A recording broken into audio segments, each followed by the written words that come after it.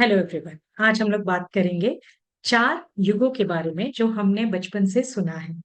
पहला है हमारा सतयुग। दूसरा है हमारा त्रेता युग जो कि श्री राम जी के टाइम का है, यानी हमारे रामायण काल का युग। तीसरा है हमारा द्वापर युग जो है हमारे महाभारत काल का। और चौथा है हमारा कलयुग जो कि हम आज उस कलयुग में जी रहे हैं। तो सतयुग में जो बताया गया था, जो वॉर दिखाई गई थी, वो दो लोगों के बीच थी, यानी दो डिफरेंट वर्ल्ड के बीच में वॉर थी। एक हमारा एविल वर्ल्ड था जिसको हम लोग असुर लोग बोलते थे, और दूसरा हमारा देव वर्ल्ड जिसको हम लोग देव लोग बोलते हैं।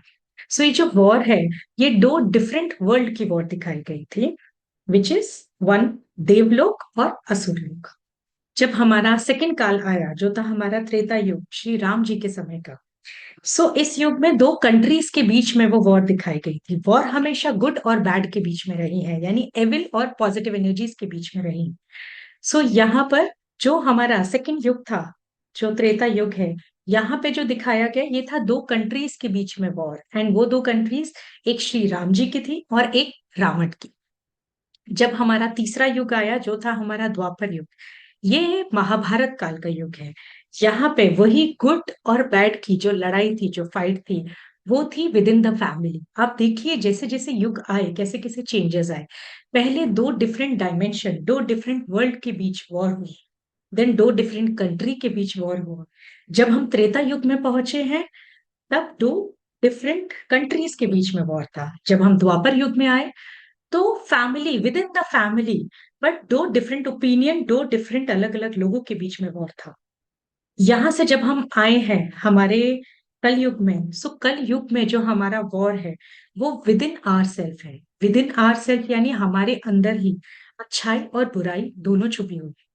तो हमारे बीच की जो फाइट है वो अपनी खुद की फाइट है। हमारे पास हमेशा दो ऑप्शन रहते हैं, एक पॉजिटिव एक नेगेटिव। हमें डिसाइड करना है कि हमें किस वे में जाना है। लेकिन जो पुराने काल से हमारी ये सारी चीजें चली आ रही हैं, उसमें हमने हमेशा देखा है कि हमेशा जो जीत हुई है, जो विजय हुई है, वो हमेशा गुड की हुई है ओवर एविल। ये टाइम आपका है, आपने इस फाइट से ओवरकम करना है। आपने डिसाइड करना है कि किस वे को आपको किस वे की तरफ जाना है।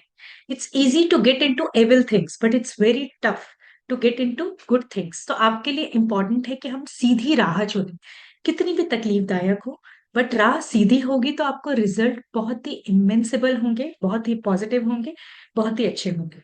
हमारे लिए इंपॉर्टेंट है कि हम शॉर्टकट को अवॉइड करें, मेहनत से आगे बढ़ें। हमारे बीच की जो हमारे अंदर की फाइट है गुड और एविल के बीच, वहां सक्सेस हमेशा आपके गुड को मिलेगी। प्लीज ध्यान रखिए, अपने अंदर की जो आवाज है उस पॉजिटिव आवाज को सुनिए, मेडिटेशन कीजिए, अपने आप को जानने की कोशिश कीजिए। Thank you friends.